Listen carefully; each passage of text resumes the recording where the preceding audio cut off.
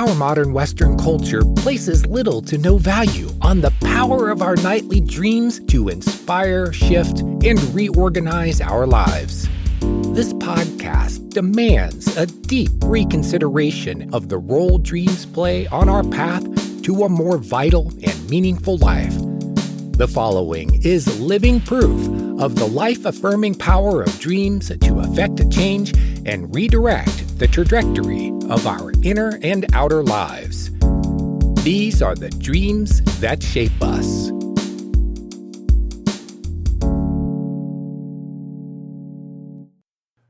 Healing. Regular listeners of the Dreams That Shape Us podcast have heard us discuss how dreams help to heal our wounds. But can dreams help us heal our bodies? Absolutely. After a workshop I gave at a health spa, a woman took me aside to share a dream she had where an evil snake said to her straight up, "I'm going to kill you, and there's nothing you can do to stop me." So there I am, clicking in the dream analyst mode and thinking about snake symbolism, when she then says to me, "I had late-stage brain cancer." She must have seen the look on my face, because she quickly added, "That was 5 years ago."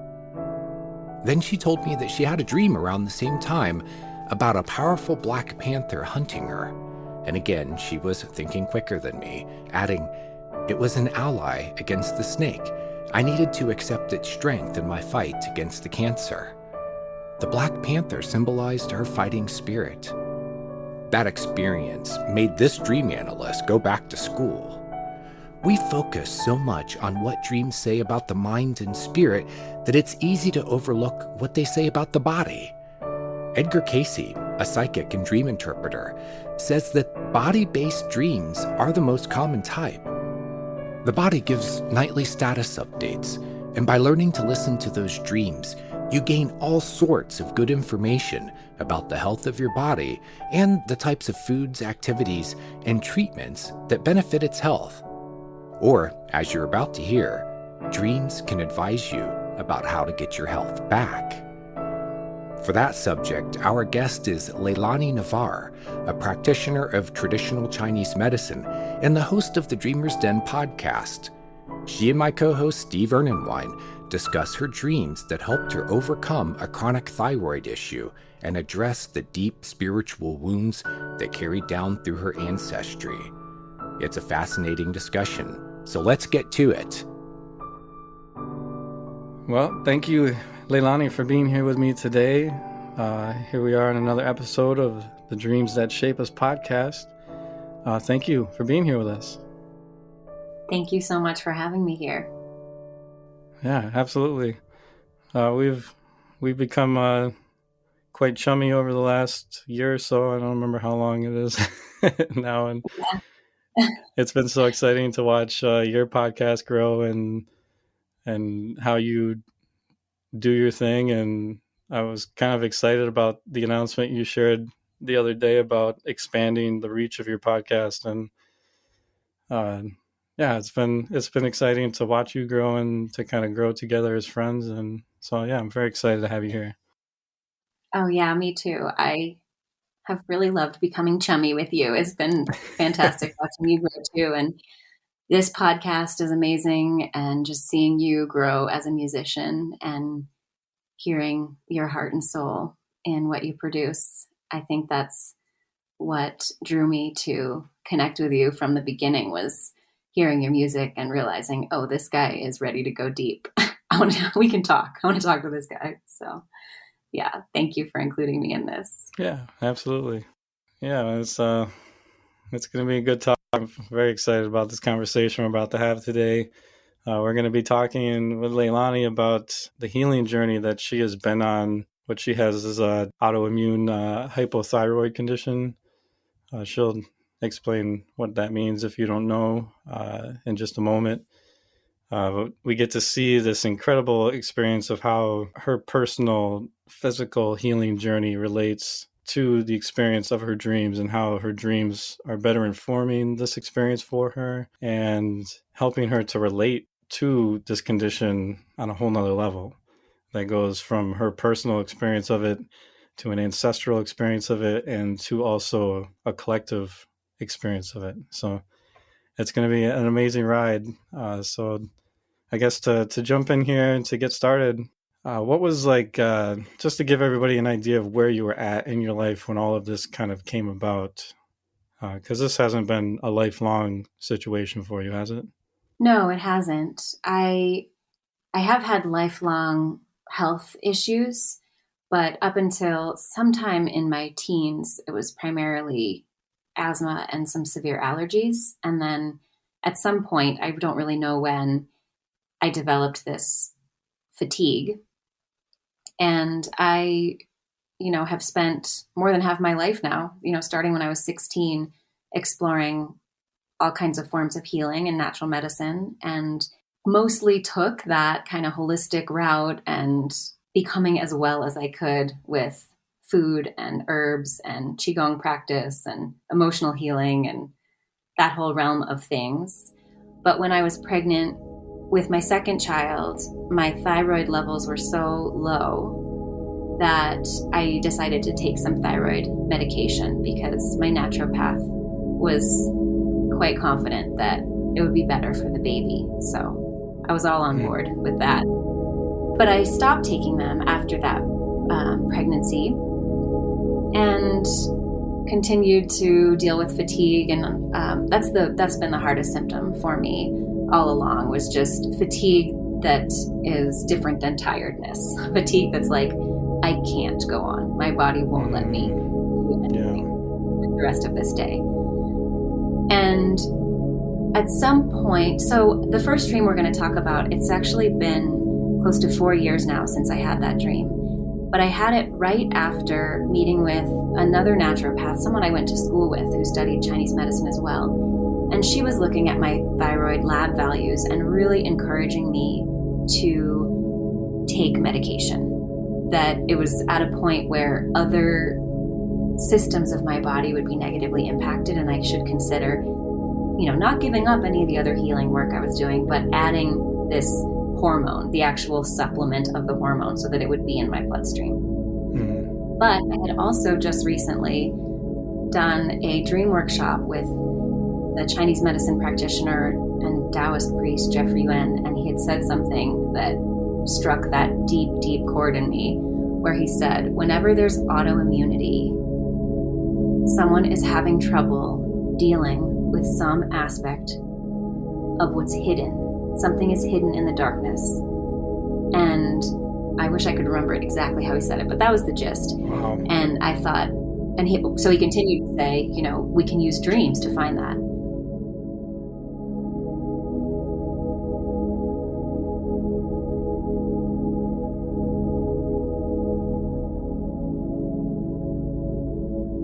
So I was opening up to that possibility. Can my dreams show me what's hidden, and can I resolve it? Can I resolve this autoimmune issue, which Western biomedical science would say is a dysfunction of the immune system. And once that program is running wrong, you can't really change that. But I knew that wasn't true because other people have changed that. And I've seen what we would think of as miraculous changes, in many people's bodies they are miraculous, but they're also not so out of the realm of possibility. The body's amazing. So I just wasn't ready to take medication. And that's where I was at when I had this first dream. Wow. And how long ago was that? The dream? That was coming up on 4 years ago now. Okay. Wow. Yeah. So that's so wild and brave of you to not just go, okay, I'll just do whatever you tell me. And I guess being kind of in that healing profession as well, being a practitioner of Chinese medicine, I suppose you probably have more ideas in your head as far as like what is possible medicinally than I probably would. Definitely. I mean, I'm steeped in stories of people finding other solutions. That's, part of my daily life. So yeah. And I should add, I wasn't suffering that badly. If I had been suffering in a more extreme way, I probably would have done it. But it was livable. I wasn't like bedridden by any. Right. Yeah. Yeah, that makes sense. So yeah, I guess that leads us up to the dream real nicely. If you want to go through and share that dream for us. All right. So I had this dream on a backpacking trip with a dear friend out here in the Canyonlands. And this was the first time I'd been away and the first full night of sleep I'd had in years because I was away from my little kids. And at home we live in a yurt with no walls. So even when the kids would sleep, sleep till morning, there was a lot of sleep interruptions. So that context matters. Also, we were camping. Actually, this was a nap. We did camp here, but this was a daytime nap because it was raining. So I set up my little tarp and went to sleep in one of the most beautiful places I've ever been, a confluence of two rivers deep in this southern Utah canyon. So it was a potent setting. And in the dream, I'm napping right there in my sleeping bag. The whole setting is the same. And I wake up and tell my friend, wow, I keep thinking I might be done sleeping. And next thing I know, I'm waking up from falling asleep again. And then I'm waking up yet again, but I physically can't hold my eyes open. And then I wake up again, and there are people around. To my right, in this open, sandy area, there's a yurt that's been set up, a really small, kind of maroon purple yurt. And my naturopath is outside the door. So my friend goes to talk to her about my thyroid and is letting her know that, Leilani's going to look for the prescription from someone else, that I haven't even started taking it yet because I wanted to try other techniques. So my friend, the naturopath, is going inside the yurt, and I'm taking a huge drink of water. She sort of acknowledges me and I wave back, but it's too late. And my face is so full of the water bottle that I can't time saying hi, right? And then she goes in the door. And then I'm inside the yurt, and the naturopath friend has changed into someone younger, and not someone I recognize from waking life anymore. She asks me if there's going to be condensation in the yurt. She's asking my advice. I say, well, yeah, if you're in a yurt and it's cold outside, you're going to have condensation, unless you decide to let it be really cold in the yurt too. Then you won't have condensation, but I don't think you want to do that. And it's probably not going to be a problem, because how long are you even going to have this yurt here? Because I'm very aware of the setting, and that this isn't a place where someone would live permanently. And she says, well, I've had it for 10 years. And then I say, oh, in that case, maybe mold growth would be an issue. And then someone is trying to do something on a computer elsewhere inside the yurt space. And I'm trying to help her. She's trying to change a program that is on the desktop. And I'm trying to read the instructions that explain how to change it. And it's very complicated. You have to press Control, Alt, and then flip this little switch to on, and then press the thing that goes with that exact program. And I'm trying to do it with all my fingers, but I accidentally flipped the switch to off and realized that the illustration said on. So the whole thing shuts down. And then I just turn it back on, and I think, oh, that was easy. You can just turn it on and try again. But at the same time, this woman is messing with the keyboard, kind of pushing random keys.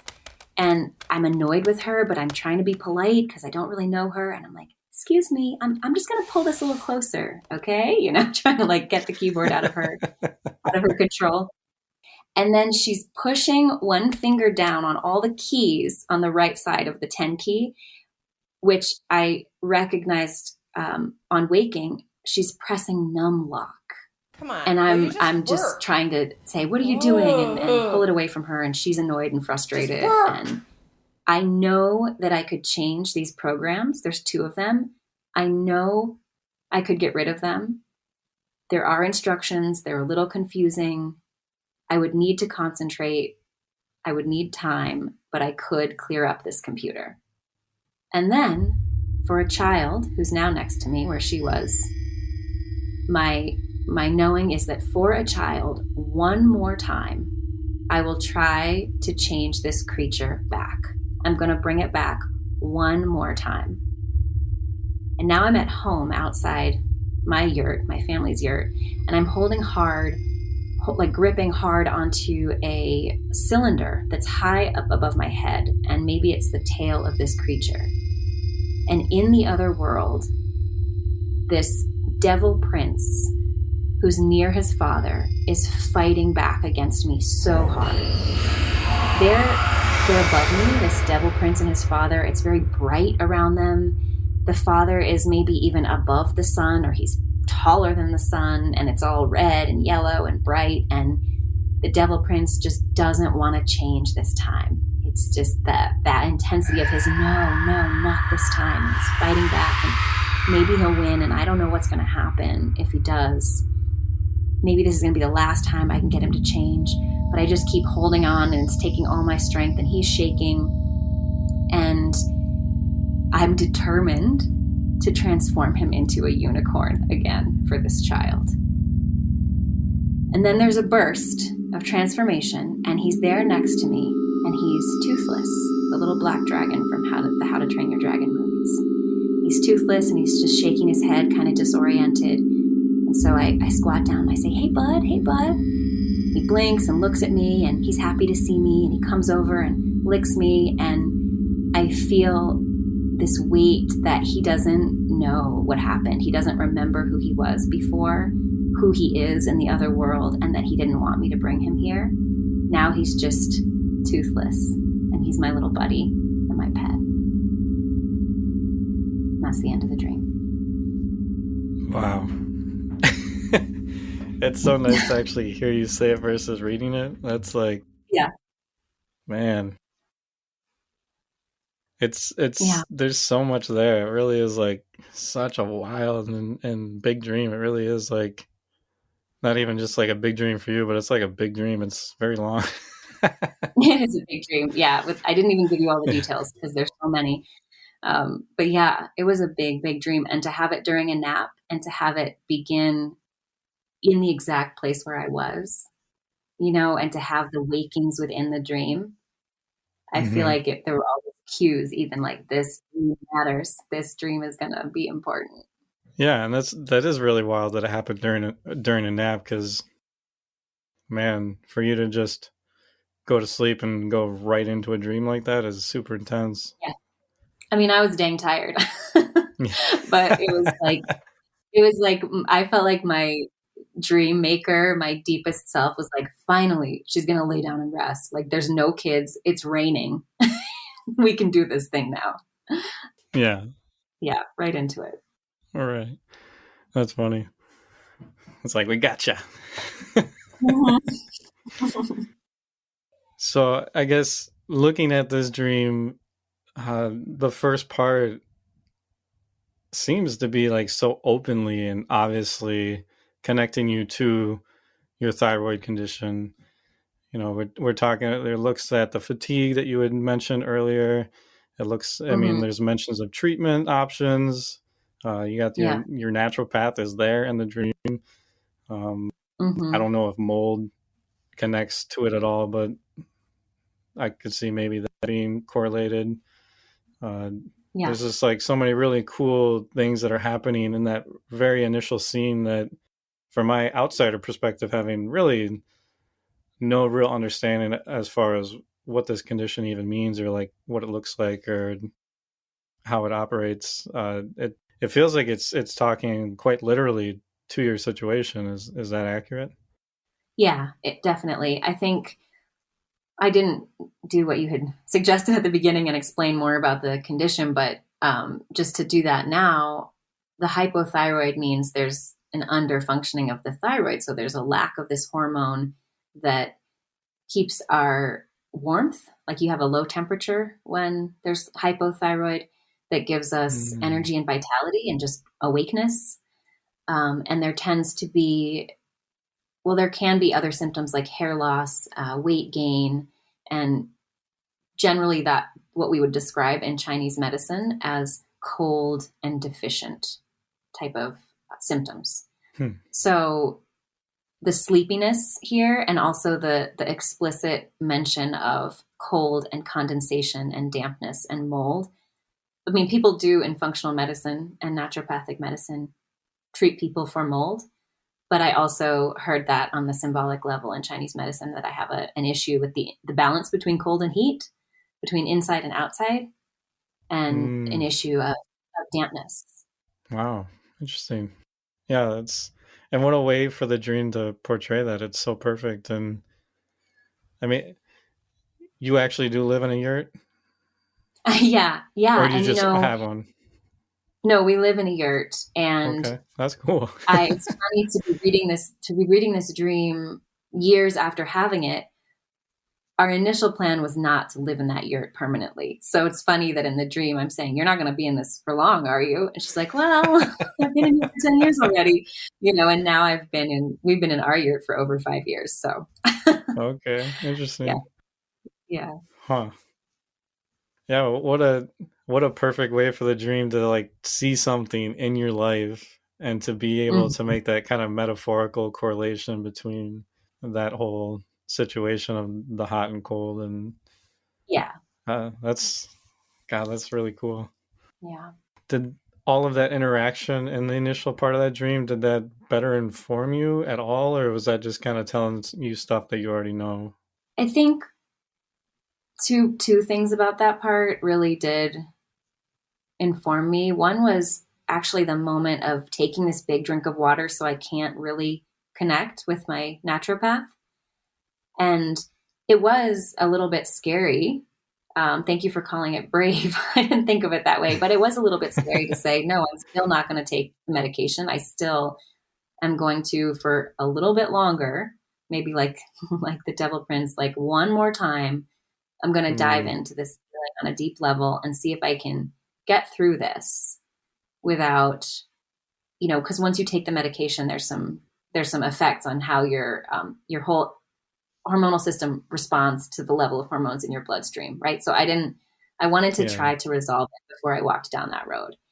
And her being there and having the friend I was backpacking with is a healer and an herbalist and someone who's deeply connected to the natural world and healing with plants and the mystery of existence, and to have her be my ambassador and say, Leilani's going to try something else for right now.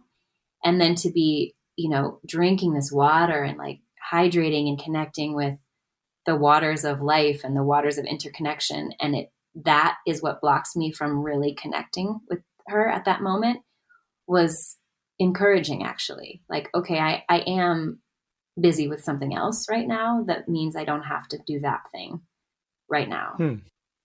Um, without any hostility. It's not like I was rejecting her. It was just like, Right. that's not the relationship I need to pursue right now.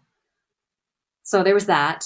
And then the other thing was, the sleepiness, just like that need to sleep and that thought, I keep thinking I'm done and then I'm not done.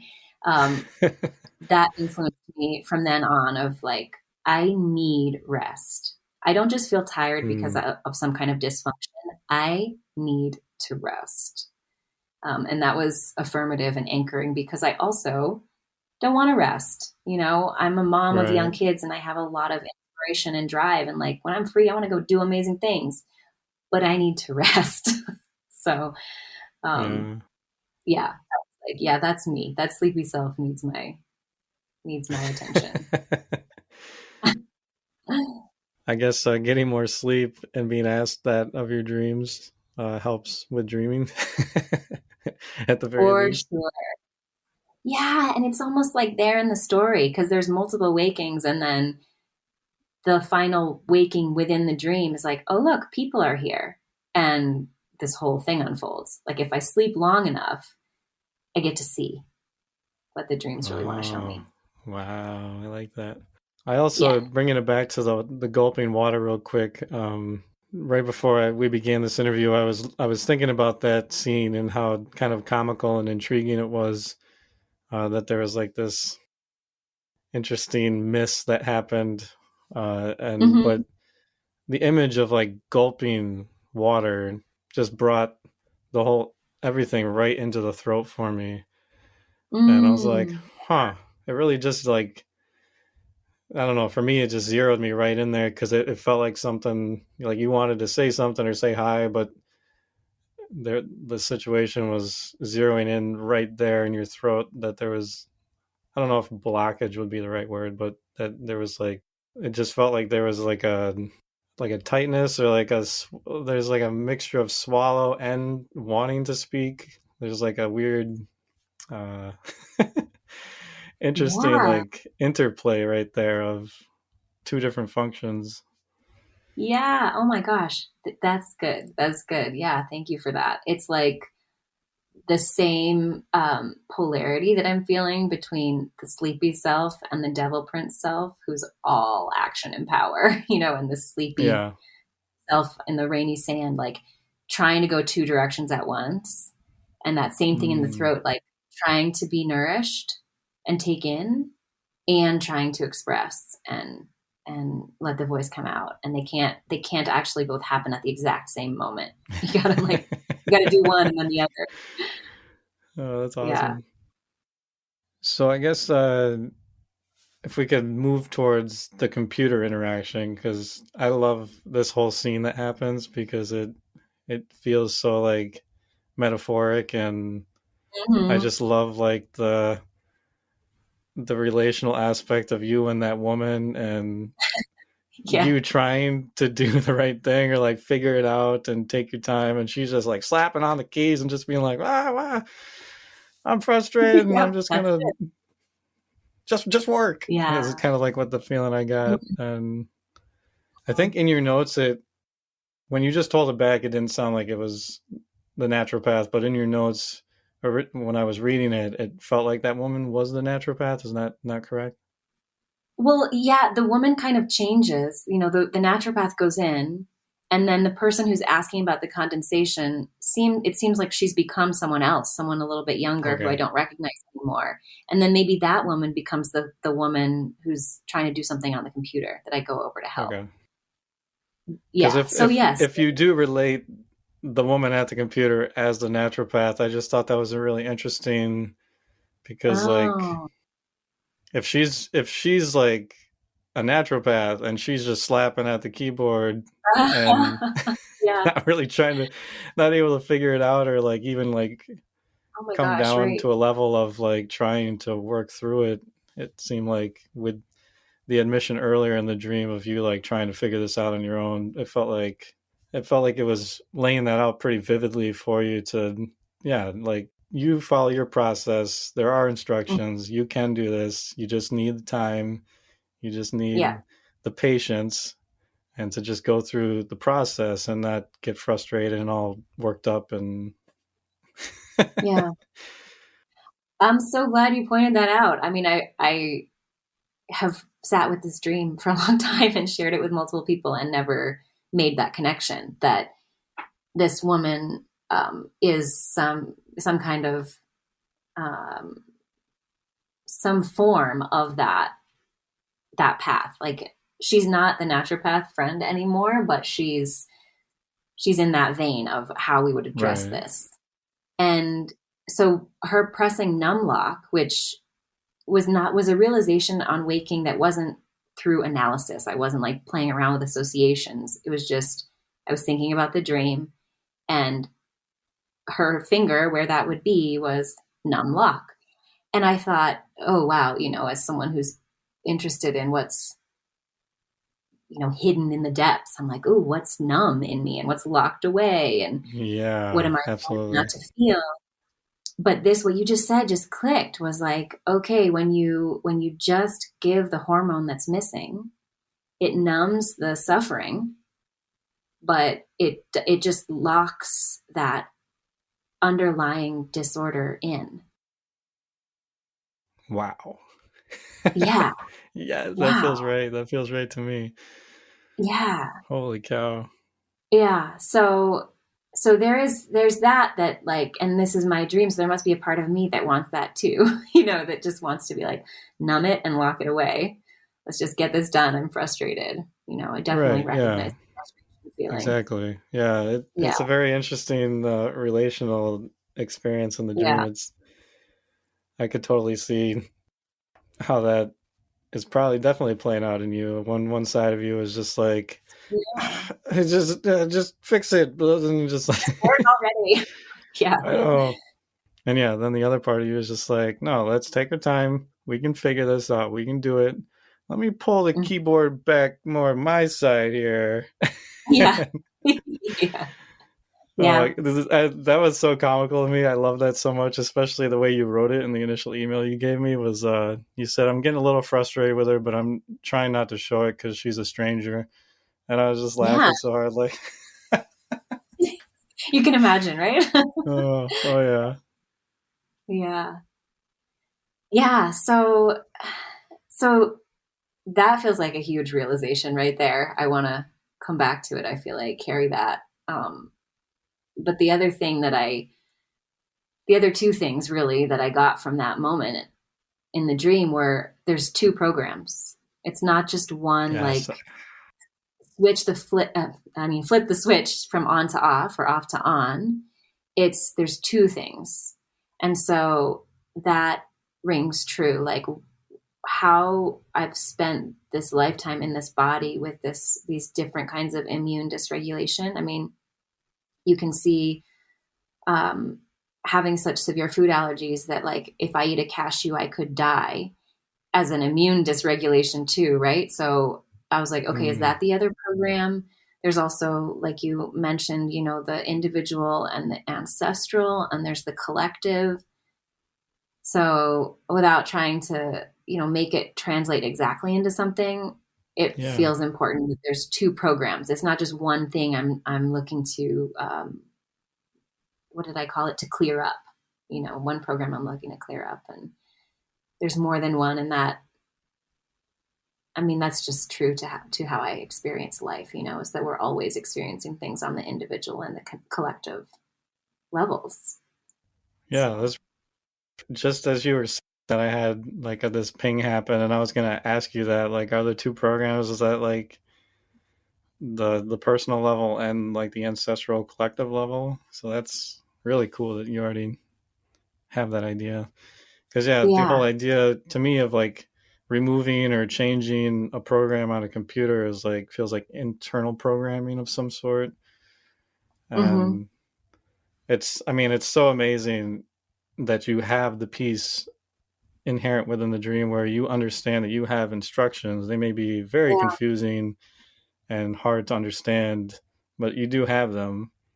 And Yeah. that's like, to me, that's so encouraging to have a dream that offers you that little bit, because it didn't need to, but the fact that it did Hmm.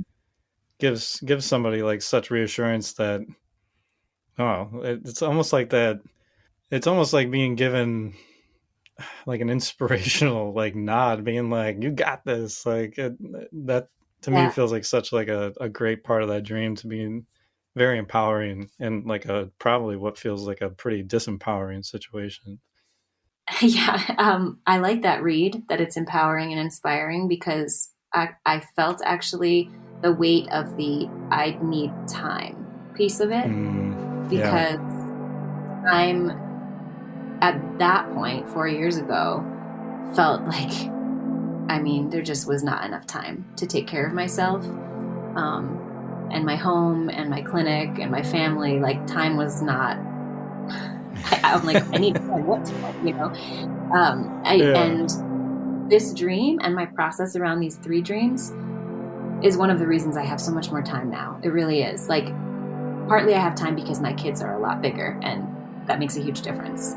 Yep, But for sure. also, after I worked this dream with Melissa Grace, who's a wonderful dream worker. I don't know if you know her. She was episode 1 on my podcast. But I worked this dream with her, and she really helped me recognize that cry from within the dream, that like I need to rest and I need time. There are instructions and I can do it, but I need time. And that's not like the instructions aren't laid out for me, Hmm. which is much easier for me. My personality is like, give me the steps and I'll do them. But the Right. step is to go have time and like see what happens, wait and let rest occur, and I mean, that's been the biggest transformation of my life, honestly, not maybe of my whole life, but of my recent life, is to deeply embrace that I need time and space. And that's what lets me be so well and so happy and so taken care of that my time and my energy overflow for my kids and for my patients. It's like a major paradigm shift, of, No, absolutely. trying to serve people by like tipping my glass over and giving them every last drop, or serve people because my glass is overflowing, and that takes time,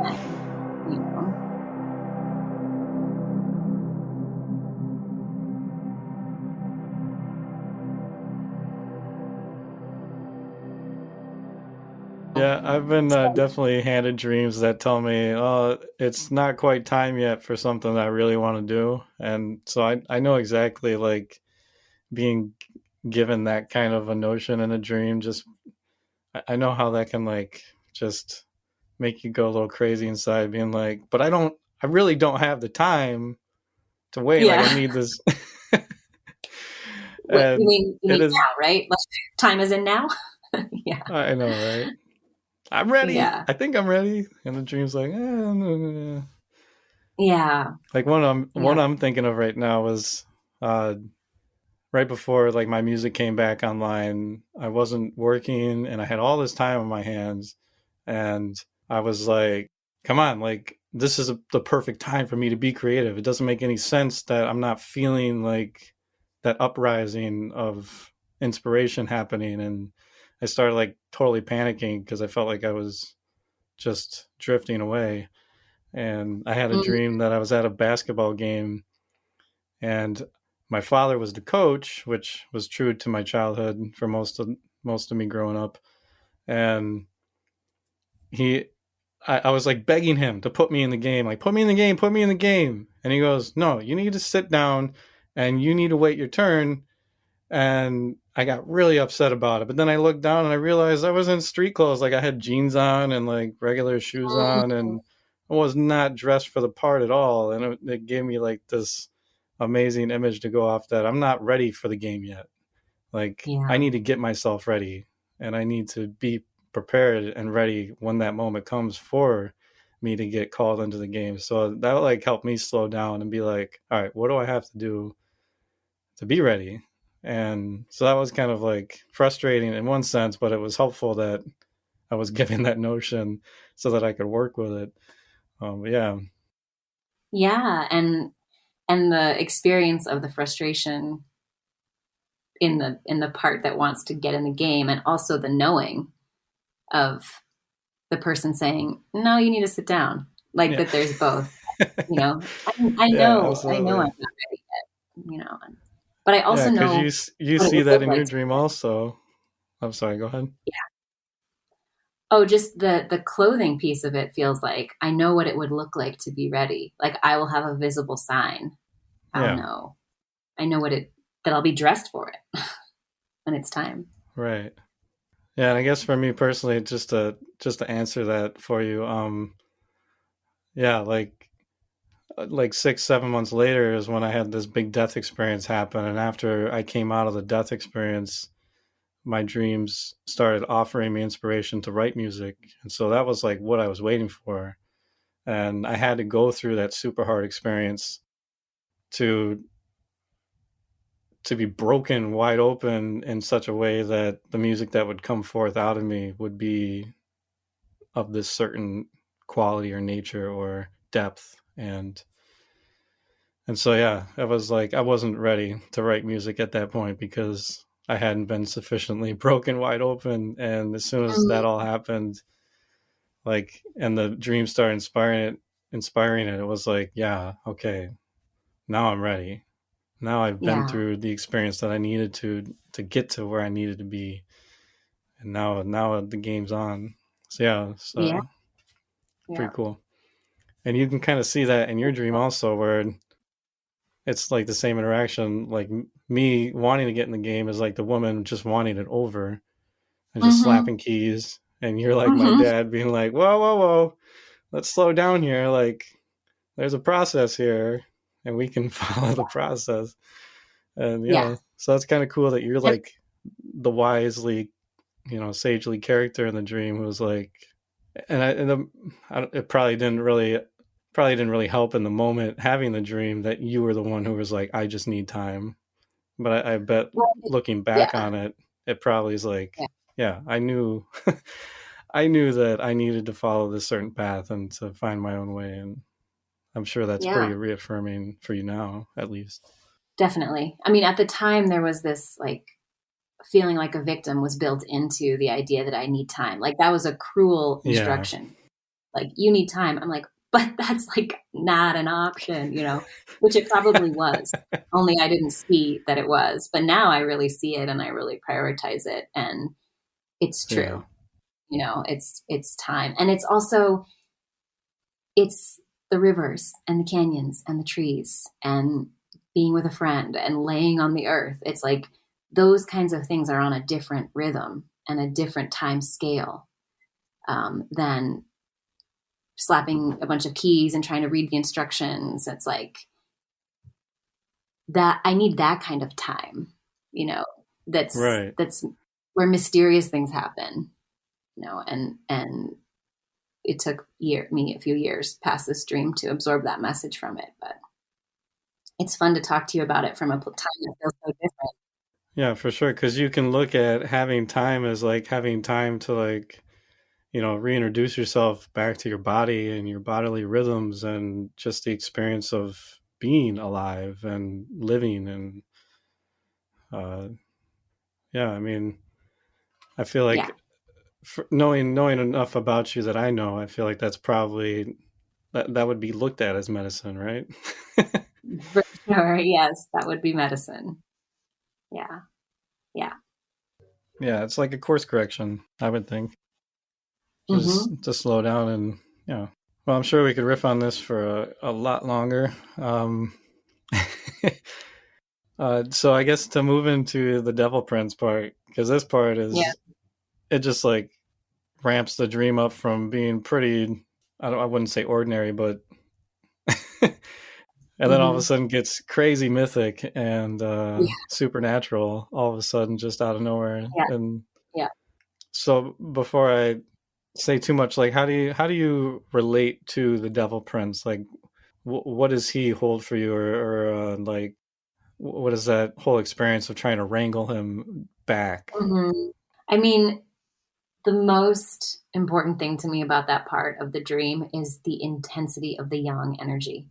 Everything about it was like ultimate yang. It was red and yellow and bright.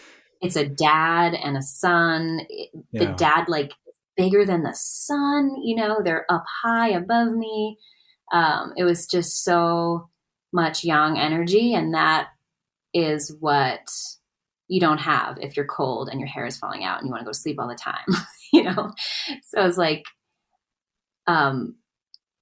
this wrestling, and I mean, there's a lot to that. Really, there's the feeling of betrayal that I betray him by pulling him back down, that I've wronged him in some Mm, way, and there's his resistance to it, like that he fights so hard against it. What is this fight that I'm in to get yang energy, and what is it that I'm turning it into a unicorn, and why is that for a child? There's like this. There's the pure yang of it, and then there's this confused relationship with it. yeah. But one thing that touched me really deeply when I worked this dream with Melissa was just power. Like those figures up there in the sky are incredibly powerful. And so thinking about my immune system, like the raw explosive power of my immune system, I mentioned like the anaphylaxis. I mean, if I were to eat a cashew and have such an immune explosion that it actually ended my life, like that is a scale of immune power that's, so impressive and so misdirected.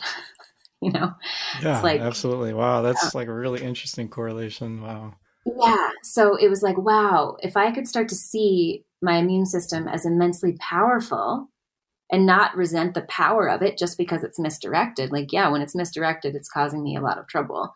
But just for a minute to be like, wow, it's powerful, was one thing.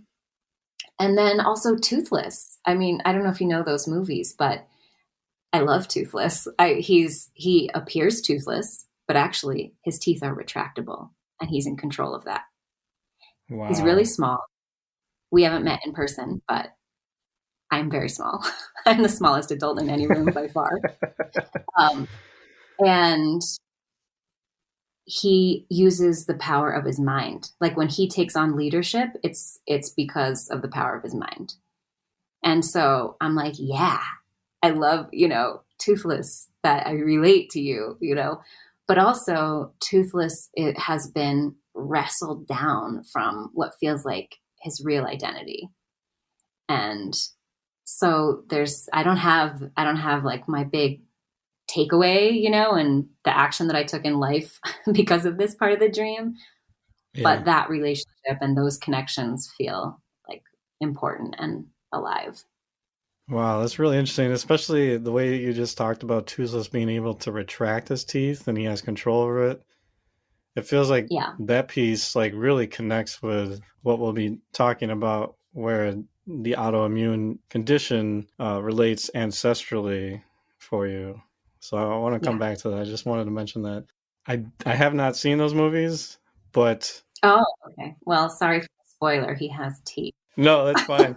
I had this really interesting correlation with that, just knowing the name of the movie. And I mean, you said it might be his tail. Does the Devil Prince have a tail? Yeah. You got this raw, like Devil Prince energy, and you're able to transform it into this kind of, I don't know much about him, but in the dream, he seems kind of very nurturing and loving, this dragon.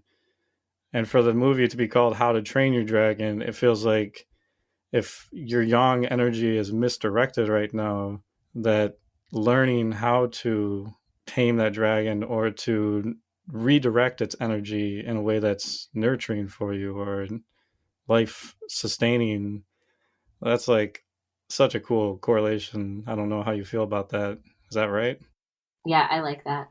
I like that a lot. That's it connects with the third dream with the martial arts school that I shared with you, where there's absolutely a training to this. Like the raw power is, it needs to be directed and trained and harnessed, I guess, to use some imagery from that other dream. Like, and I mean, Toothless is very puppy-like. They make him very puppy-like, and that's how he is in this dream. So I don't know. There's some really sad, griefy piece to that too, though, that this Devil Prince becomes so puppy-like. Like, that's not who he is, Right. And if he remembers who he is he going to hate you for it later? Exactly. That's like the feeling I got about it, was like somebody not remembering something and then all of a sudden coming to full realization of who they really are, and then feeling like you've lied to them their whole life. So that's an interesting relational aspect to this for you. I guess we'll have to see how that plays out for you. Yeah. Because maybe that little hint in there for you is as you're doing this to still respect the raw power that it could have, and to maybe see. This is like the thing about dreams that always like perplexes the heck out of me. It's like, okay, well, how do I? There's always a dilemma with situations like this where it's like, okay, well, I see the relationship here, but how do I inform that part of me that is uninformed right now? Mm-hmm. And how do I create a relationship around this whole experience where, he doesn't have to learn secondhand that he has this raw power inside of him? How can I cultivate that in a way that Toothless is more informed? Or it just creates this whole dilemma, and there's no real good answers as far as like how you actually do that. The dream kind of just gives you it and leaves you there to figure it out on your own. Yeah. That's a really good question, though. Yeah, because those are kind of the things in dreams that I feel like even with interpretation, you can never fully pinpoint. Mm-hmm. And it just, maybe in hindsight later on, you can look back and be like, all right, well, this is the journey that's happened that allowed me to do that. But immediately looking at the dream, even a few years in, it's kind of like, what do I do with that? Yeah.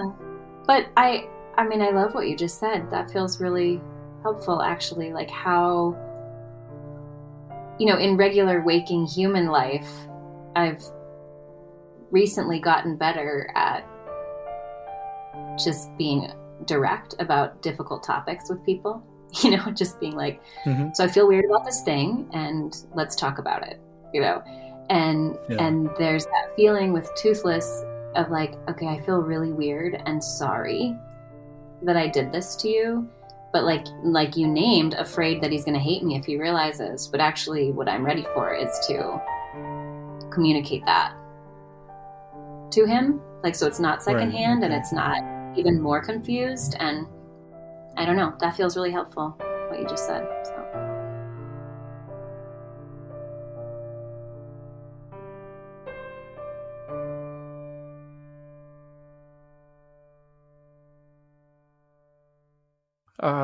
So that's really interesting that you had brought up how that relates to the end of the third dream you shared with me, because that was definitely a correlation that I saw too. I think that'll be a good way to move into that dream, I think. So if you want to share that dream with us, we'll take a look at that one. Sure. Okay. So I'm at a friend's house, an old friend who has a daughter the same age as mine. So I'm there with him and our two daughters, and he's about to leave. So, I'll tell you the title of this dream too. It's called The First Sword Draw. So I'm at his house and he's about to leave, and I'm asking him about, when I leave, what do I do with the key? After I lock the door, do I leave it outside or what? And there's a key in the middle of the floor. It's actually the same color as the yurt in the Devil Prince dream. It's like a maroon key lying in the middle of the floor among all the toys on some kind of unrolled carpet. And I ask if I should just leave that one lying there. I look to the right, there's these kind of fancy dark brown doors, sort of Japanese inspired in their style, French doors, the two doors that open. And there's a door on the left with a key that's sitting in the lock. And I'm trying to tell, is that a turnkey built in the door? And still trying to figure out the key situation. But the door is shaking rhythmically and repeatedly, and someone outside is trying to get in. So I point this out to my friend, and he just goes over and unlocks the door, thinking it's probably someone that they know and someone who should be allowed to come in. So this man jumps in, and he has a knife and another small, round metal weapon. And he kind of comes in crouched, and with his back hunched, and he's looking around like ready. He's in this ready posture. He has a red long sleeve shirt, and I see him as a ninja and a thug. And I'm scared of him. So I freeze for a second, and I feel like we're helpless. We're going to be overpowered. But then I see Vince, our martial arts teacher. I see Vince in the training room where he was teaching. And it turns out that we're in the middle of a martial arts school. And I'm like, wow, this guy broke into a martial arts school. That's pretty strange. So Vince is there teaching, and everyone's supposed to be getting down to the ground, showing that they're submitting. And Vince hunches over and gestures his hands over the bent back of the student he was working with, like he's urging him down to the floor, and he's about to kneel down himself. And I love this part of the dream because Vince is so himself. He's fully embodied. It's just how he moved in life, and he was an incredibly powerful man. And I'm going off the dream, but I just wish I could paint this picture for you of what it was like to see him move. So then he he's leaning over this student, and then he throws out a thick metal chain all the way across the room with so much speed and skill, and it wraps the guy, the guy who was going to break in, wraps him up in the chain, wraps up his gun, because now apparently he has a gun, and disarms him. And I'm so relieved and so impressed and happy and kind of vindicated, like, yeah, you couldn't take us. And I'm feeling like, of course Vince can do that. Of course Vince can take a chain from across the room, whip it over, wrap the guy's legs, wrap the gun, like, of course, And now it's 3 guys who have broken in, and they're all dressed in black now. And he makes them all kneel. And they kneel on the floor, but kind of lazy with their legs sticking out and flopped over. And he makes them sit up on their knees respectfully before their own master. And now I'm confused. He wants to train these bad guys into better martial artists. Like, why would he do this? Why would he go right into helping them? And they sit in their respectful kneel. And then someone draws a sword from their belt. And it's a short gold broadsword that looks almost lacy in the light. And now I'm watching the last scene of a movie, and it freezes with the sword partly drawn. And the title shows up in gold letters. The First Form Sword Draw. And I understand that this is the first movie in a series which is going to give a story to each of the forms that we're training. End of dream. Wow, that's so cool. I love this dream so much. Yeah. It's got like suspense and yeah. all kinds of like great energy in it. Like I don't know, there was something that just creeped into me when I read it that was like the suspense of the door jiggling and the fear of what to do with the key, and then the guy just lets him in and everyone freezes, and that, like, I've had quite a few dreams of my own that there was like issues with doors being locked or not being locked, and people breaking in, so that just, it irks something in me anytime I hear dreams like that. So so to begin with this dream, something that happened when you were just retelling the dream that I think I misread your write-up of the dream. The key itself was that maroon color, the purplish color, or was the carpet in the room? Yes, I see why you would have read it that way, but yeah, it was the key that was the maroon color.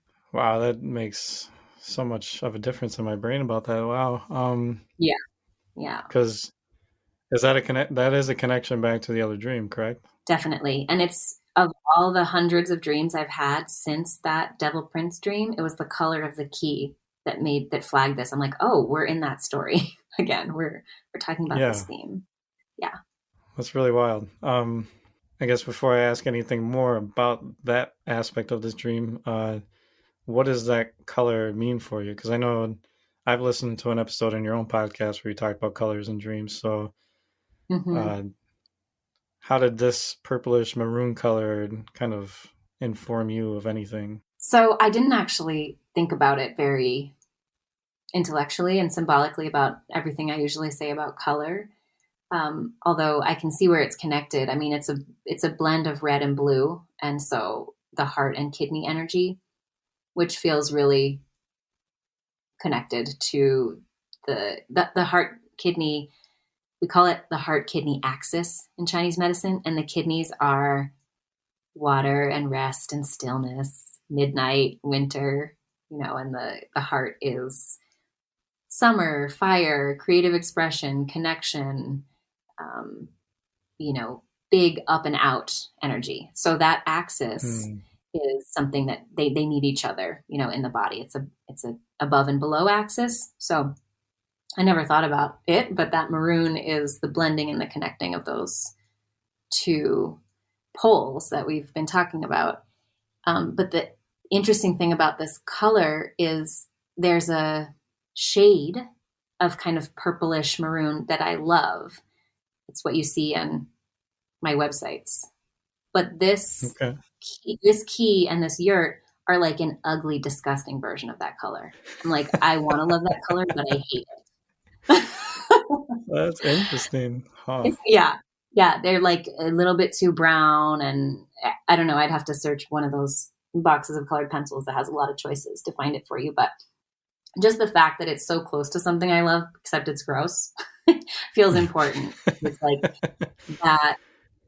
that blend, is just not quite mixed the way that feels good, and Wow. Wow, I like that. Holy cow. yeah, Yeah, wow, that's such a cool correlation. Seeking that perfect balance that would give you the color that you want. yep, Wow. That's like really cool. So maybe they're not in balance, which is I guess is being conveyed pretty clearly throughout your dreams with the situation. yeah, Um yeah.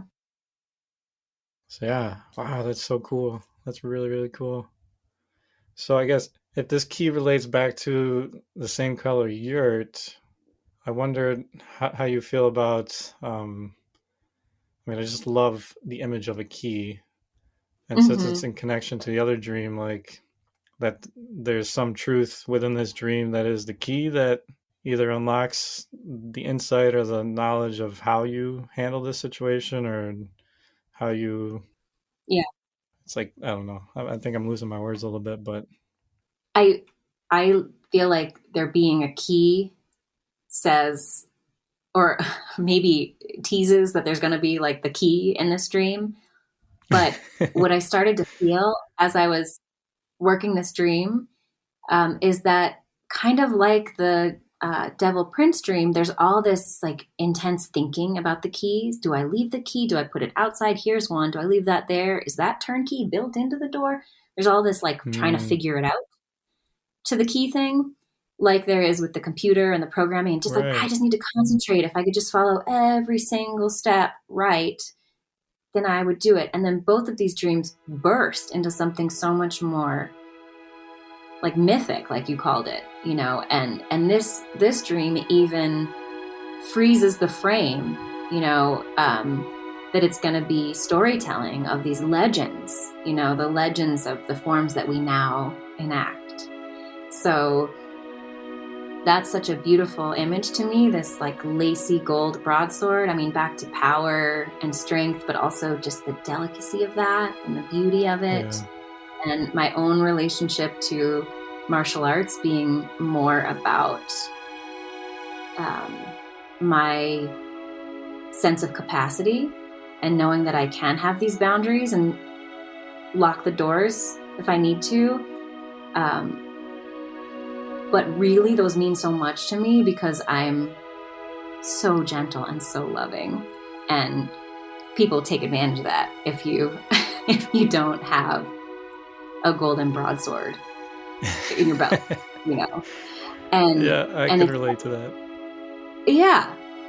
So yeah, I don't know. I just went in a lot of directions at once, but I feel like one of the hints of the dream was because I've had a recurring theme of doors that should be locked but aren't locked, or I think it's locked but it wasn't fully closed, so the lock didn't do any good, or I mean, just so many little gaps in Yeah. the walls.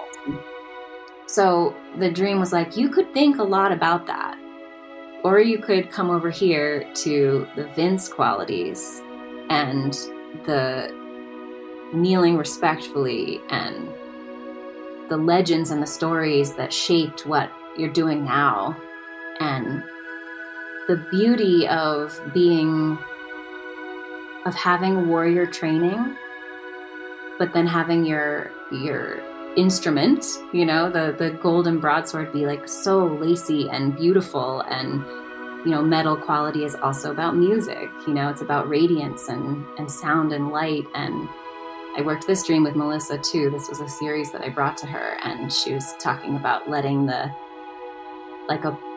peaceful warrior who responds to the world with song and beauty, and the voices of my ancestors coming out in music instead of in autoimmune dysfunction. And Wow. I'm not doing this in a very linear way, but that's all kind of what comes into the field for me with that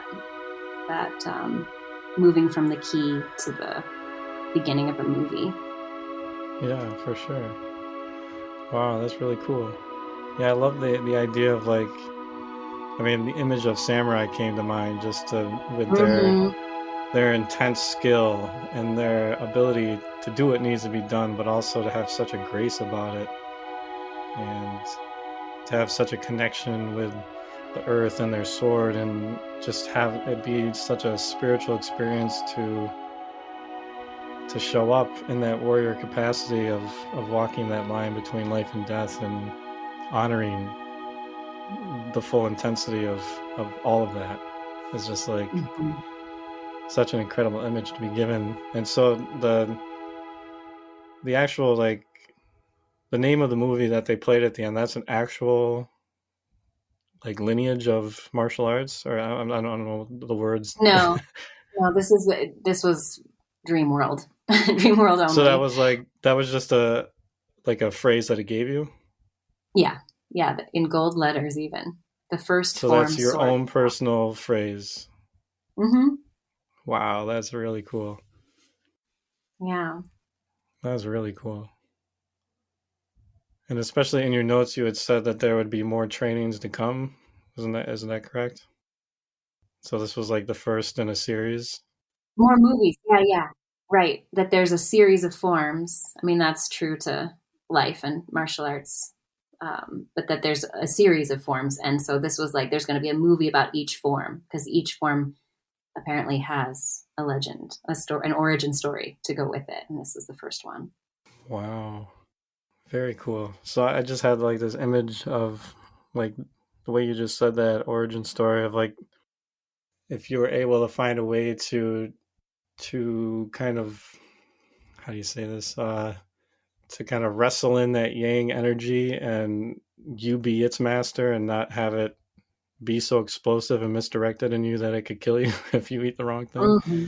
Mm-hmm. um that if you were able to channel Vince and to do that within yourself, that maybe that's like your origin story of this new path of yours coming online. Of, I don't know if that resonates, but that was just like an image that came to mind when you said that. It just like shot open in my head of being like, this is like a new path for you, or like a new beginning of you relating to yourself and to this whole thing. Yeah. Yeah. That, I said to Melissa, man, I would love to have an inner Vince. She's like, well, you do, he's in the dream. And like, I usually do think of that as being like, if you dream it, then it's within you. But I don't feel like, yeah, I got my inner Vince. I mean, that man uh, gosh, I won't even try. But there is, there is there is some part of me that's like looking to relate to a lot of what I valued so much about Vince. It's and the I mean, it's that theme of, like you said, explosive power and channeling it. The theme of a lock that doesn't hold and somebody invades, like that's familiar. That's me in my vulnerability. But Vince being like, not only, totally not threatened by this little dude who jumps in, with his little knife and his little gun, like whatever. Vince has a chain, so we're good. Vince is not threatened by that, but also that he's not just trying to defend us. He sees the potential of this guy who becomes three guys, and just right away goes into teaching and cultivating cultivating these men into the martial artists that he sees they can become, and isn't concerned with what I'm concerned with in the dream, which is like, no, these are bad guys. You don't want to make Right. bad guys more effective. And I think he doesn't think that they'll be bad anymore. Like that was a part of their, not being honed yet.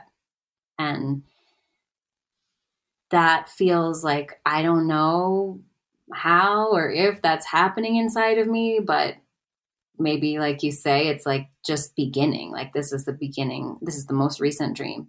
This is the start of something transforming in those ways. Yeah, because how long ago was this dream?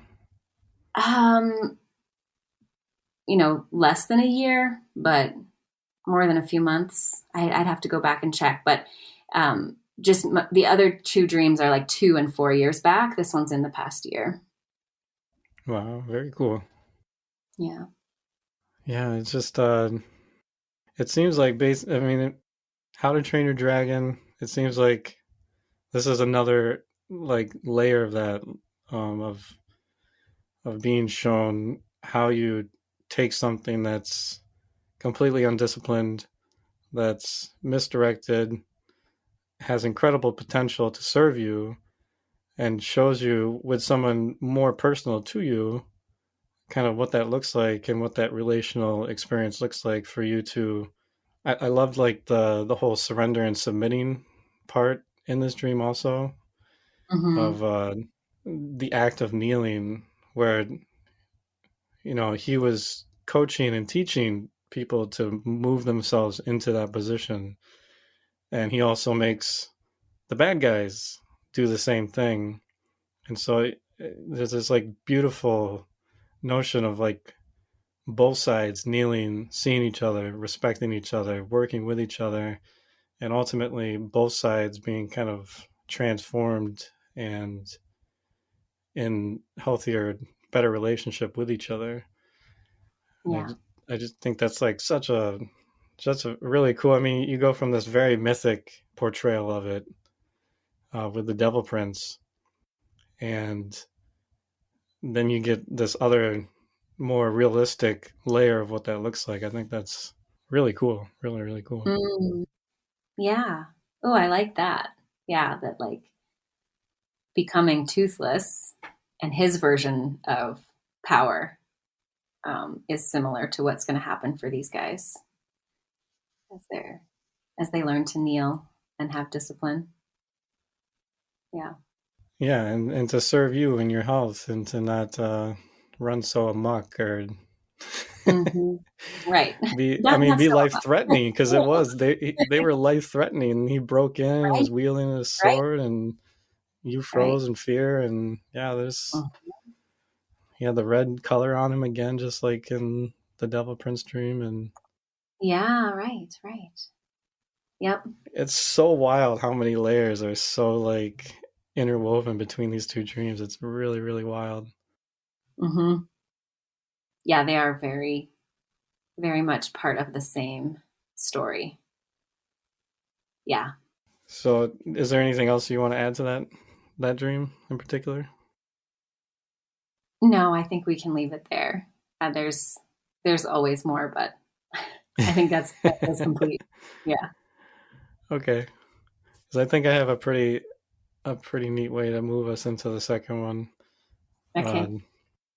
All right, so in working with your dreams and trying to find a direction for us to take this narrative of yours, looking at the Devil Prince dream in relation to how your second dream you offered me, there was like a really interesting relation that I came across. So, like I kind of hinted at earlier, asking you if the Devil Prince had a tail, so he was more Mhm. dragon-like. When the Devil Prince becomes the dragon, he's still the prince inside of him, so he's the Dragon Prince now, which Oh relates my to God. Rayla showing up in your next dream. Oh, that's good. Oh man. And so oh, I was hoping that would land so good for you. Yeah. Oh, I'm glad you didn't tell me that ahead of time. That was good. Yeah.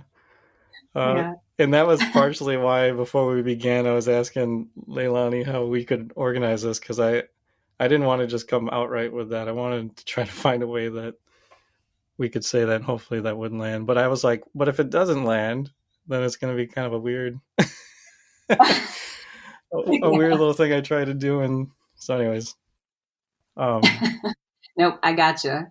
That landed for sure. awesome. Yeah. Yeah. So, man, it's like such a cool. I mean, that alone is like why I love dreams so much, because there's I mean, these dreams are so tightly woven to each other. It's just so wild, like how many layers and weaves there are of like how these dreams all relate to each other. Very, very Mm-hmm. cool. It's so cool.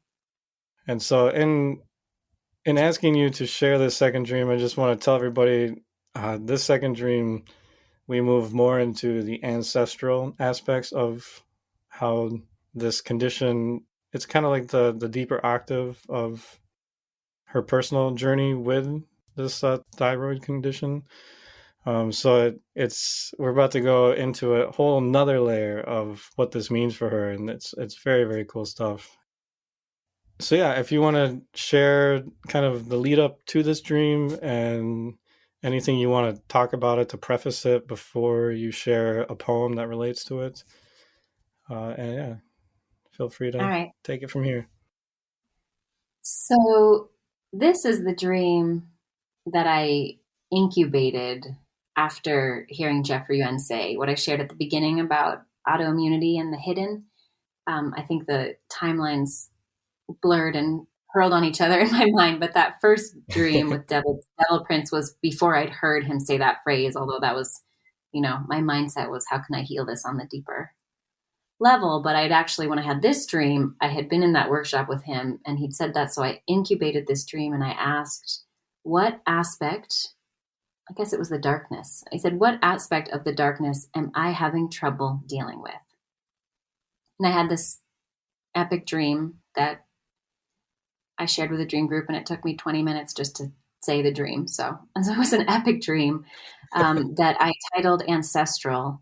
It felt so clearly tied to both sides of my ancestry through location, through references to names, to foods. It was both sides of my ancestry, and it was honing in on this issue around hiding and also, the persecution, the story within humanity's history of groups, othering other groups of people and persecution and that type of hatred and violence.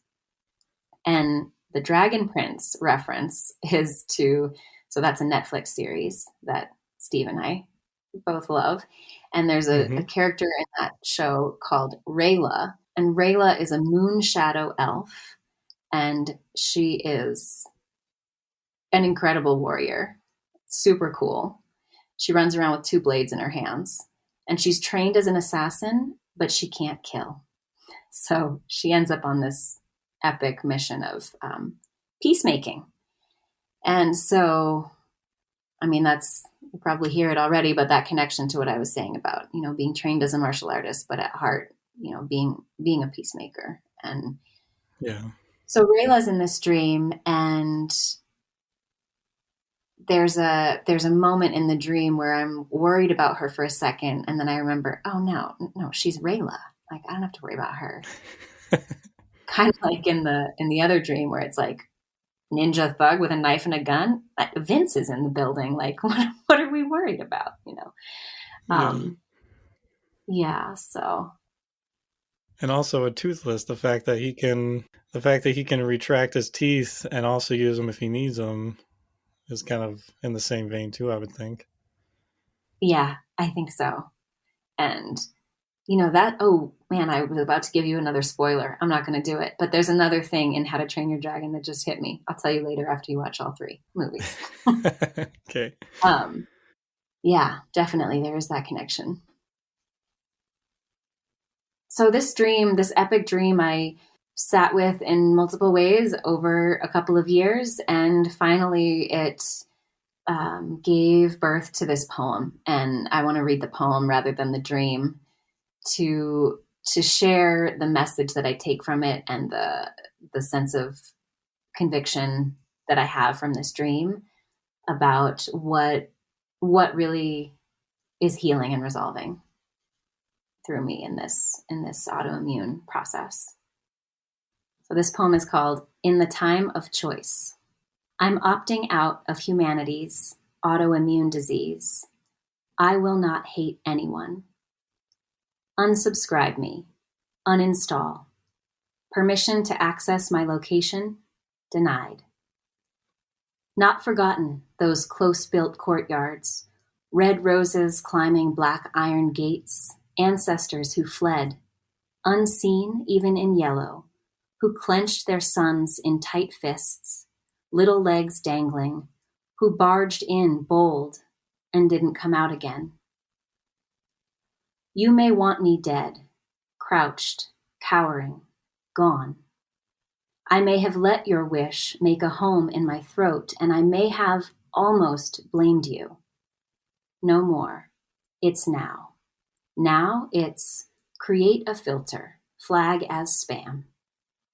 If you still slip through, if you lunge in malice, don't mistake yourself on the ground, my two exquisite blades over your face, for a sign that I wish you any harm. I won't allow ill will, not even indifference. I cradle those bitter seeds in dry sand and divert all water toward pumpkins. I wish for you only what I wish my own babies, to be so cherished your skin glows, to be so alive, your soul set singing, that you can't but let life's love of life have its way with you. I wish you forgiveness from your people. May you cut away the rotten bits, bake the rest to sweetness, and share a meal, feet in the dirt, encircled by those who love you, as much as they did the day they counted your tiny, perfect toes. Location pinned. Rerouting. Wow, thank you for that. Thank you. That was beautiful. Thank you for listening. I didn't say one piece about the dream that I feel like I should add, which is that it was set in another time, but there's a moment in the dream where my present day consciousness jumps in and gets really concerned about the apps on my phone and the possibility of being tracked. And so that piece and that, interweaving of this time that we're in right now, which I call the time of choice, where we can choose to do this totally differently, is why it feels like one story, to be in this older time, and also this time where we're a lot of our relating to peoples who we consider to be like us and different from us is happening through the technological interface. So that was a big part of the poem and the dream's gift. Yeah, and when we had talked briefly before, I had mentioned that it seemed like all of the imagery in the poem about computers and programming and that kind of thing related back to that first dream of yours. Mm-hmm. And so that's like another way that those two dreams kind of tie into each other. It's really, really cool. So I want you to be the one to say this. You spell it out in the poem, but in case somebody missed it, what do you believe the deeper octave of this autoimmune disorder is, or condition is, on an ancestral / collective level? Yeah. So the understanding that has come to me through this dream is that hatred among people is an autoimmune disease of humanity.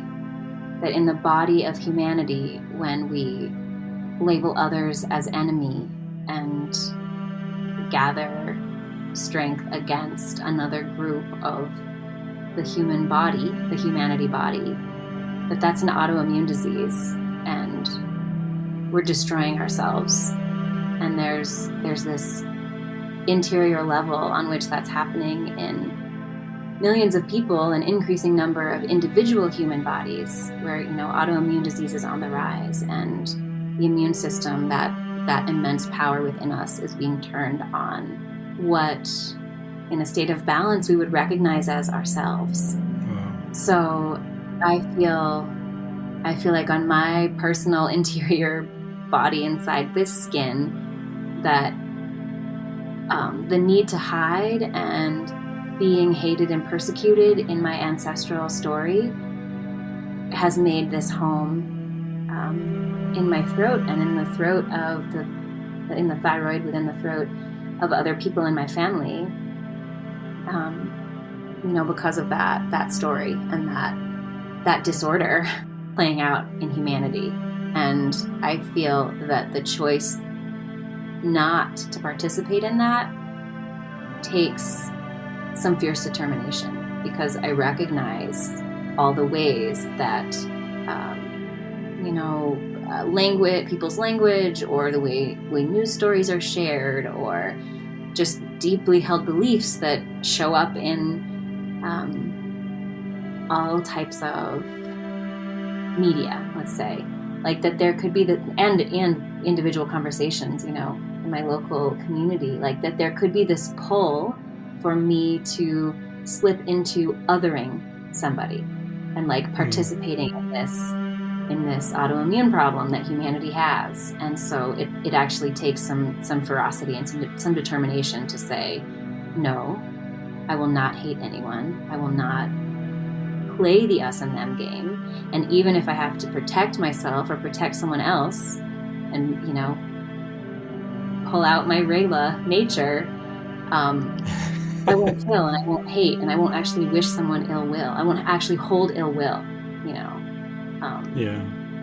But I still might scare the hell out of you if I go Rayla. If I go Rayla on you, you might mistake it. So let's be clear. Yeah. That's the deeper. Like a profound truth. It's beautiful. Thank you for sharing all of that. That's so huge. And kind of going back to what the notion that caused you to incubate this, I mean, you can see so clearly that hatred and racism and all of those like fear-based like ways that people hate each other and kill each other over, it's all because there's a disconnect, or there's like a missing piece where they're still in the dark about, that they're not willing to go into, to even, I don't even know if it's to even face themselves, but to at least like to branch out and to try to connect with people who are different than you, and to see a common humanity there, and just blind hate because people are different from you is like, you're not doing any work to go into your own self to see that people other than yourself or who look like you are actual people themselves. It seems so ridiculous that at this point we even have to have these conversations. And I applaud you for the fact that even given your ancestral past, that you're choosing not to hate, that you're choosing not to use that ancestral anger or wounding to lash back and to perpetuate any of those cycles.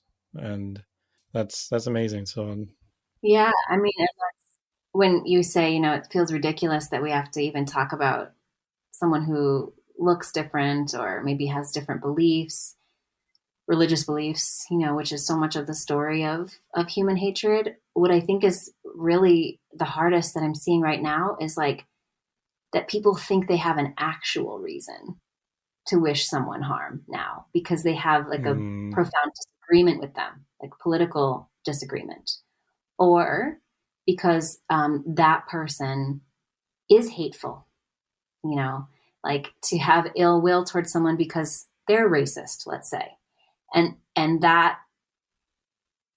that's where I'm trying to catch the fall of like, even if I disagree with someone, even if I think they're doing harm, if I harbor ill will towards them, even before going towards actual hatred, if I harbor ill will and want to wish them harm, like I'm already participating in this disorder. So to be able to take a stand, like when it's the color of someone's skin, it's never going to be like, oh, I need to take a stand about this. I agree.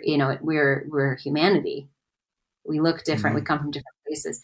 But when it's something where I disagree with someone or think that they're the one enacting harm, how can I take a stand and be a protector, but not water the seed of um, ill will towards them? Not play the other game with them. Thank you for making that distinction, because yeah, I hadn't even considered that when I started to say what I did. Because yeah, even people with, I mean, every side thinks they're in the right, and that's why they feel like they can have those feelings. Yeah. But even people who feel morally superior attack people because they think they're being morally superior. Right. Right. Like, just off the top of my head, I think of vegans where, yeah, like you're doing a just cause, and the cause of veganism is great. But when you become such a zealot that you are participating in the same kind of behavior that you are condemning the other side Mm-hmm. for, yeah, it just becomes like just a, I guess I'll just say it, shit show. I was trying to find a better word, but I couldn't find one. Yep. Yeah. And it's not, if what you actually envision is more peace and harmony in the world, which I think a lot of people would say that they do, this is a part of that, is like, how do Yeah, you walk in that direction in peace and harmony? Not in like, we can have peace and harmony once we get rid of all those people, you right. know? If you all just thought like me, then Yeah. yeah, Then we'd be in perfect harmony. I know. Yep. Yeah. That's pretty funny. So to circle back to the Dragon Prince notion, it's been a little while since I'd watched the show, so I totally forgot the whole notion of Rayla being an assassin and not being able to bring herself to kill. And that's like Hmm. really cool. The other thing I was going to pose to you was if you've taken any time to consider the whole picture of what that mythic story has to say about this whole aspect of hate kind of being humanity's autoimmune disease in relation Ooh, to that story and into relation to your story. I really haven't. Have you been thinking about that? Tell me your thoughts. I have thought about it this morning. It just like, or maybe it was no, I guess it was this morning. Yeah, because I mean, if you think about it, the storyline. Sorry for anybody who's not seen the show and might want to watch it after this. But essentially, there's this world, this mythical world that the show creates, and on one side it's humans, on one side it's this magical kind of. They're not all humanoids, but there's like elves and all kinds of kind of mythical kind of creatures, and there's like a dragon who keeps the peace between the two sides. And then the dragon ends up dying, and the two worlds start kind of colliding a little bit. And Rayla ends up kind of going to kill the king of the human side and ends up stumbling across his stepson, ends up finding a dragon egg. And so then all of a sudden, Rayla decides that I can't kill, and I have to return this egg to the Dragon Queen, or I don't know. I can't. This is the part I'm not remembering. I don't remember if she was just like asleep. Yeah, well, the humans had killed the dragon to begin with. The humans had killed the dragon, and then Right. Okay. everyone thought had destroyed the egg. So it was like that was over. The dragons were gone, and the egg was gone, and the assassins were coming in vengeance. She was supposed to kill out of vengeance. Yes. And Yeah. so yeah, and so the mythical side is upset because the humans killed the dragon and they thought they destroyed all the eggs, so the dragon would never return. And so they're bitter and angry and mad, and the humans they want their own thirst for power and are angry because they don't have magical power of their own. Yeah. And so yeah, it becomes this crazy story of this huge divide and this band of a few people trying to restore that power. And all of them, even, yeah, I mean, even Ezra, he ends up becoming king, and he wants to try to bring peace. I mean, there's a couple Mhm. of characters in that lineup that both are like, no, we're not participating in Yeah. the mutual hatred that both sides have, and Right. we're going to create an experience to where the world can find their way back to each other. So And their faith that if they bring the egg and say, look, there's still new life, that their faith that the two sides will be able to forgive each other. that the dragon prince is like a symbol that can unite the two and essentially bring peace back to the world. So Yeah. do you have any initial like kind of ahas about a mythic story being kind of related to this epiphany that you're having? I I'm not having like an aha that, you know, uh, changes it, but I'm loving that connection that Right. Rayla is also there to show me, to remind me of all of them and their decision to choose peace and to choose the peril that they walk through to return this egg to its mother, and um, their faith that the egg and the baby and the next generation and the possibility of forgiveness on both sides is something worth doing together. So that just feels really beautiful. Yeah, yeah, to connect those. It's one of my favorite things that dreams do, where they align your own personal story with like a mythic story. And to me it's so cool because it not only like endears me deeper to the story, especially if it's one that I really like, makes me feel like Mm-hmm. somehow I'm connected to it. But yeah, it also like allows you to look at what that storyline is and retrieve little gems and bits of insight and how it relates to your own life. And yeah, it's really, Yeah. really pretty cool. Yes, my aha moment is I should watch the whole series again and Yeah. see what else there is for me there. Yeah.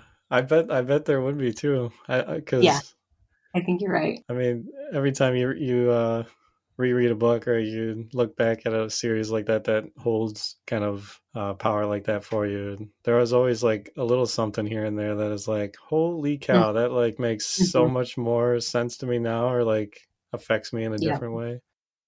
Yeah, for I think I sure. need to go back and rewatch it now too. Okay, yeah, let's do it. And so, yeah, I guess like you view you view the ancestral trauma that hate is inflicted upon you as like the manifestation of, I mean, not you personally, but I mean maybe personally, but more so like something that you've inherited that is carried down through your family line and has manifested in you as this thyroid condition, Mm-hmm. and that through working through this and working through the ancestral component, that you're also kind of, that this kind of work is also like in a way collectively healing the world. Because if you're doing your work personally and ancestrally, like the ancestral level ties very much into the collective one, in my opinion. Yeah, And those deeper issues that are so much bigger than we are. And so yeah, to me it seems like this is, you've been called into duty mm, to try your best to try to figure out how you can personally help work this. How do you look at that kind of life work ahead of you? yeah. I think that everything you said is true. That healing this within me has ripples out toward my ancestors and towards the future beings and to the people alive right now with me too. So that feels, I embrace the idea that as we heal ourselves, we heal the earth, and as we heal the earth, we heal ourselves. And humanity is included in the earth, contrary to what many believe, that somehow we're just a scourge upon this planet. Um, so that feels really true. I feel like something will unfold that hasn't taken shape yet, where I can take a more active role in this healing on the bigger scale.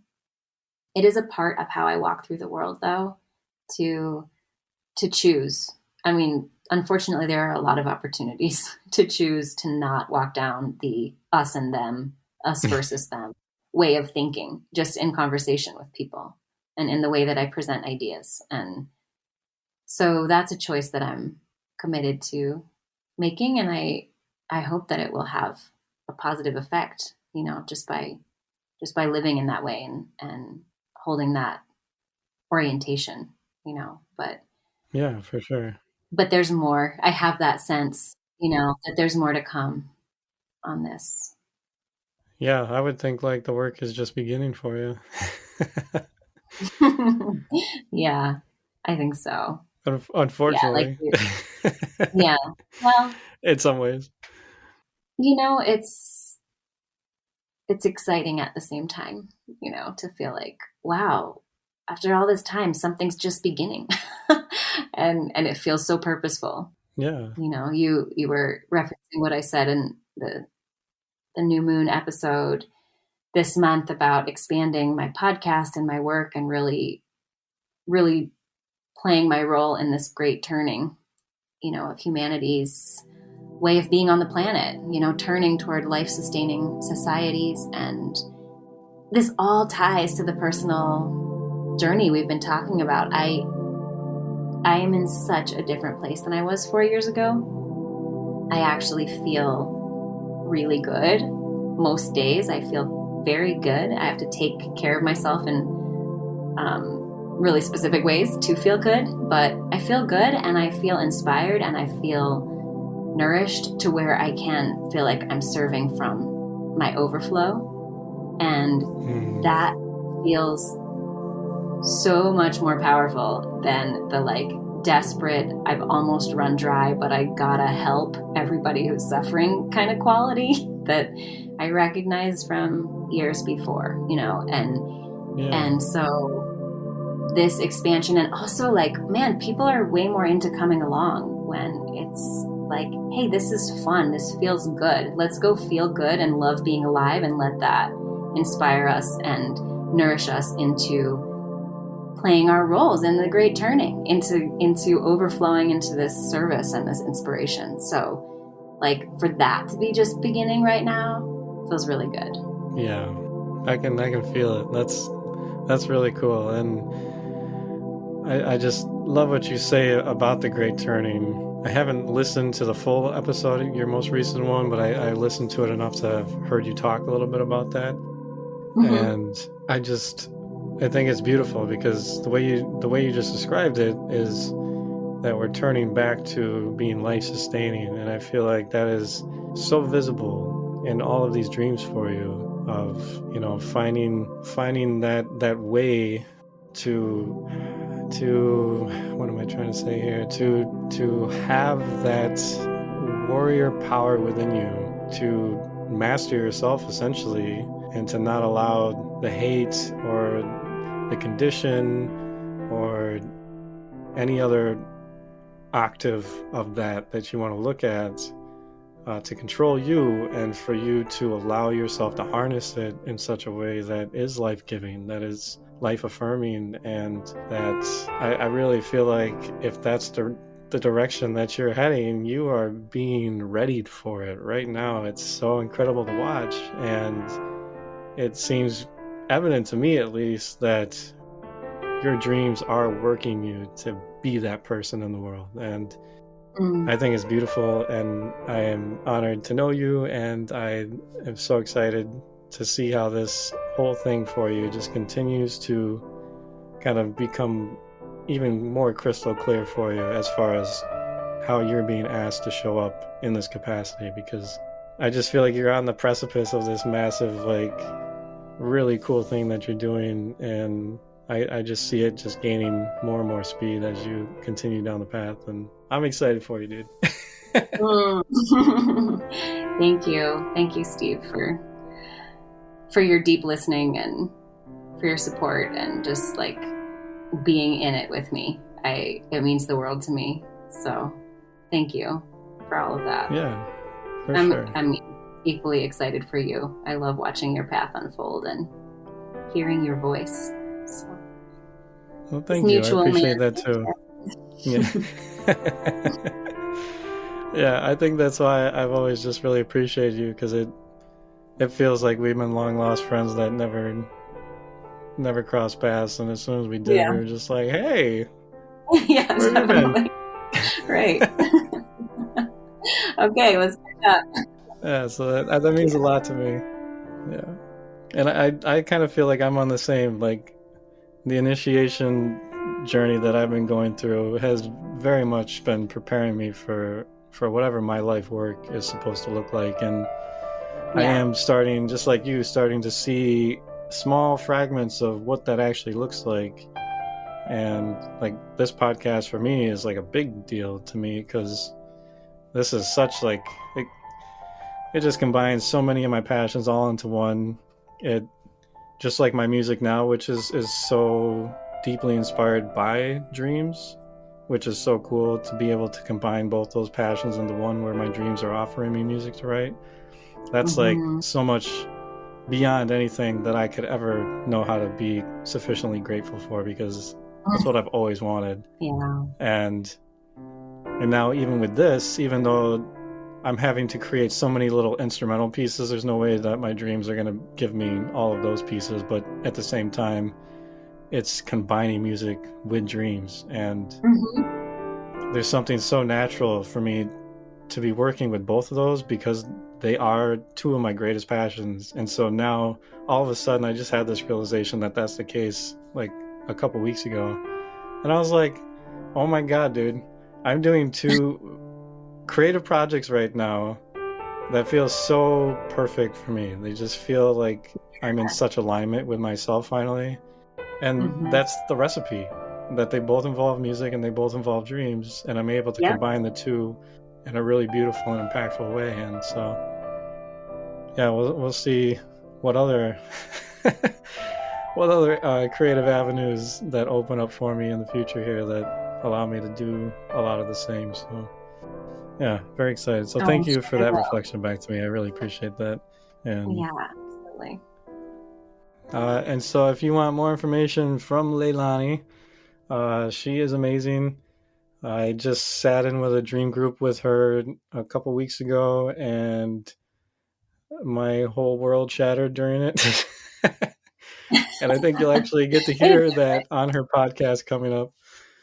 Yeah, because we actually recorded that for a podcast of hers, and I went into it going, yeah, this is going to be fun. And at the end of it was just like, holy cow, I was not expecting to fall apart so incredibly. But it's a beautiful thing. I've been wanting to be on your podcast for a while now, and I think that is actually the way I would have wanted to be on there, is to actually show that kind of work. Oh yeah, you showed up so fully. I was and am so grateful for how openly you showed up for that. Look out for that. Her podcast is called The Dreamer's Den. You can find that on pretty much any streaming platform, correct? Yep, it is there, and you can get to it from thedreamersden.org. Awesome. Is there anywhere else you want to shout out real quick where they can find you? Yeah, and if anyone wants to keep in touch on Instagram, I'm on there most regularly of any kind of social media, and I'm at Leilani Navar there with 2 underscores, at Leilani _ Navar. So yeah, check her out if you want to dive into dream work with her. I would totally encourage you to do so, because she's amazing, and I give my full stamp of approval if that means anything to anybody. I appreciate it. So yeah.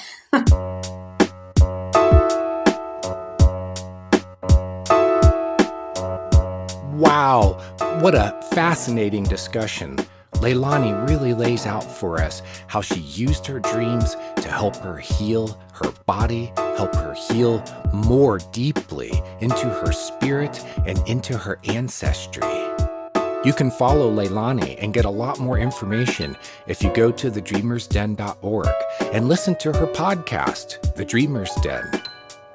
For Stephen Ernenwine, boy, you can find him everywhere on the internet.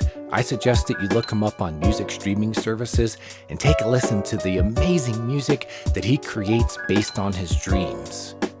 And I'm your co-host, JM DeBoard. Find me at jmdeboard.com or at dreams.reddit.com, the largest online site and community for sharing and interpreting dreams. I'm known there as Rat Owl.